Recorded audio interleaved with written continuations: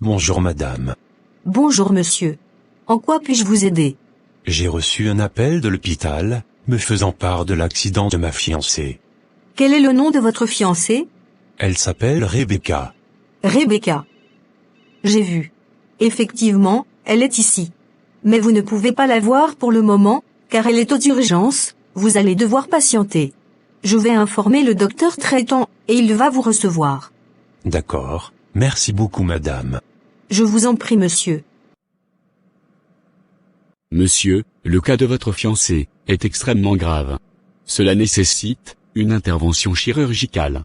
Mais, nous sommes confrontés à un très grand problème. Quel est ce problème, docteur?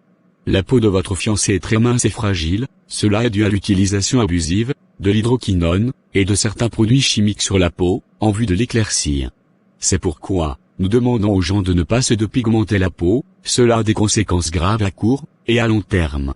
Dans le cas de votre fiancée, si nous l'opérons pas dans les 72 heures qui suivent, nous risquons de la perdre. Mais si nous prenons le risque de l'opérer, nous aurons du mal à coudre sa peau, et la plaie ne pourra pas se cicatriser si vite, ce qui va emmener d'autres infections. Docteur, il n'y a pas d'autre solution à part l'opération? Non, monsieur, s'il existait d'autres solutions, je vous l'aurais dit. C'est vraiment compliqué. Ce sont les conséquences de la dépigmentation, si elle avait une peau normale, cela ne causerait aucun problème. Monsieur, je vais réfléchir, et je vous reviendrai après. D'accord monsieur, le plus tôt serait le mieux. Le cas de Rebecca est extrêmement grave. Je m'en veux tellement. J'ai l'impression d'avoir gâché sa vie. Pourquoi tu fais cette tête? Ce n'est pas de ta faute, elle a pris cette décision de son propre gré, et en plus elle est majeure. Je le sais, mais c'est parce qu'elle m'aimait qu'elle l'a fait. Je ne veux pas que quelque chose de mal lui arrive, je m'en voudrais toute ma vie. Je ne veux pas la perdre, et je l'aime vraiment. Donc moi tu ne m'aimes pas? Vanessa, ce n'est pas le moment, s'il te plaît. Nous parlons de ta meilleure amie, après tout. Je n'ai pas de meilleure amie, j'ai juste des camarades. C'est elle qui me prend pour sa meilleure amie, ce n'est pas le cas chez moi. Donc ne m'énerve pas, d'ailleurs changeons de sujet. Écoute-moi Vanessa. Je ne veux pas me disputer avec toi. D'ailleurs, c'est bon, je rentre chez moi à la maison. Je veux bien être seul, pour pouvoir bien réfléchir sur cette situation. Désolé chérie, je ne voulais pas t'énerver. Laisse tomber. Tu ne connais pas les parents de Rebecca? Non, elle m'a dit qu'elle est orpheline de père et de mère, et elle vivait avec son oncle, mais celui-ci abusait d'elle, donc elle a dû quitter chez lui pour vivre seule, elle n'a plus personne dans ce monde. Je m'en veux tellement d'avoir gâché sa vie. Je crois que je vais rentrer à la maison. Rentrons ensemble, je vais m'occuper de toi. Non Vanessa, rentre chez toi, je t'appellerai quand j'aurai besoin de toi. À présent je veux être seul. S'il te plaît, laisse-moi prendre soin de toi. Je comprends ta situation, ce n'est pas facile. D'accord comme tu insistes, rentrons à la maison. Docteur, l'état de la patiente, de la chambre 42 se détériore.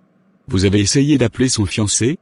Parce que, sans son accord, nous ne pouvons rien faire, et aussi il doit payer d'abord la caution, avant qu'on ne s'occupe d'elle. Mais, ce n'est pas sa femme docteur, c'est juste sa fiancée, nous ne sommes pas obligés d'avoir son accord pour nous occuper d'elle, elle peut mourir dans les prochaines heures. La caution, et les frais d'opération, c'est toi qui vas les payer? Ne m'apprends pas comment faire mon travail, fais tout possible pour le joindre, nous avons besoin de son accord, et de sa signature avant de l'opérer.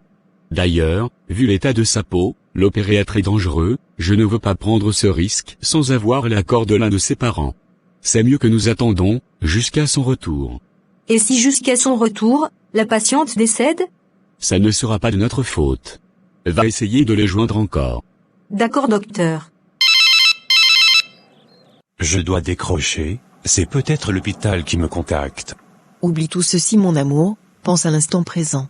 Sûrement ils ont besoin de moi.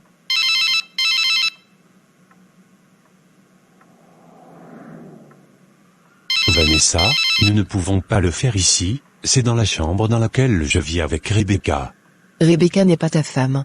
Tu es encore célibataire, donc que la meilleure gagne. D'ailleurs, oublions cette Rebecca, ce n'est pas sûr qu'elle va s'en sortir. Elle va mourir. Concentrons-nous maintenant sur notre futur.